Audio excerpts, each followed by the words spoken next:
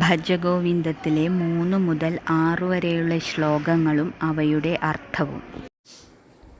നാരീസ്തനഭരനാഭീദേശം ദൃഷ്ട്വാ മാഗമോഹാവേശം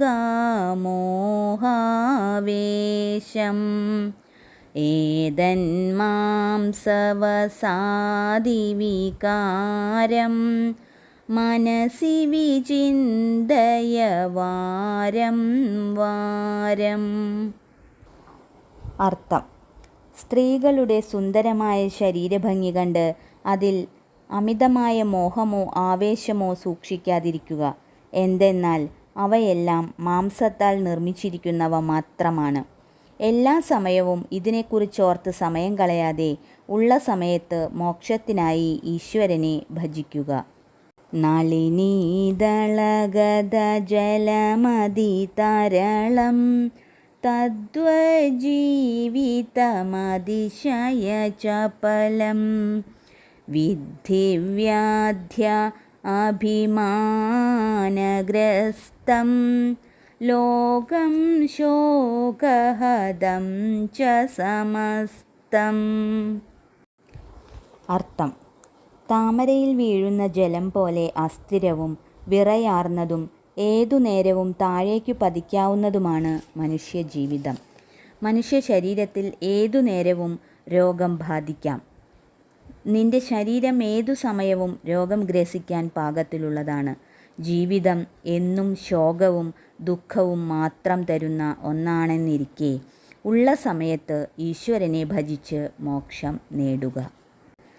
യാവദ്വിത്തോപാർജനസക്താ സ്ഥാവന്നിജപരിവാരോ രക്ത പശ്ചാജ്ജീവതി ജർജരദേഹേ വാർത്താം കോപി ന പൃച്ഛതി ഗേഹേ. അർത്ഥം: എന്നുവരെ നിനക്ക് ധനം സമ്പാദിക്കാൻ ആരോഗ്യമുള്ളവനായിരിക്കുന്നുവോ അത്രയും കാലം മാത്രമേ നിന്നോട് എല്ലാവർക്കും സ്നേഹവും ഔത്സുക്യവും ഉണ്ടായിരിക്കുകയുള്ളൂ. നിനക്ക് സമ്പാദിക്കാൻ കഴിവില്ലാതാകുന്നതോടെ, നിന്റെ ആരോഗ്യം കുറയുന്നതോടെ നിന്റെ സ്വന്തം ബന്ധുക്കളാലും മിത്രങ്ങളാലും പരിവാരങ്ങളാലുമൊക്കെ നീ പരിത്യജിക്കപ്പെടുന്നു. യാവത് പവനോ നിവസതി ദേഹേ താവത് പൃച്ഛതി കുശലം ഗേഹേ ഗതവതി വായൗ ദേഹോപായേ ഭാര്യാം ബിഭ്രതി തസ്മിൻ കായേ. അർത്ഥം: ശരീരത്തിൽ ആത്മാവ് നിലനിൽക്കുന്നിടത്തോളം കാലം എല്ലാവരും നിന്നോട് സ്നേഹമുള്ളവരായിരിക്കുന്നു. വായുരൂപത്തിലുള്ള ആത്മാവ് നിന്റെ ശരീരത്തിൽ നിന്നും അകന്നു പോകുന്നതോടെ നീ കേവലം ജഡമാകുന്നു. നിന്റെ ഭാര്യ പോലും പിന്നെ നിന്റെ ശരീരത്തെ ഭയക്കുന്നു. അതിനാൽ നമുക്ക് കിട്ടിയ ഈ ജീവിതം ഈശ്വര ഭജനത്തിനായി വിനിയോഗിക്കുക.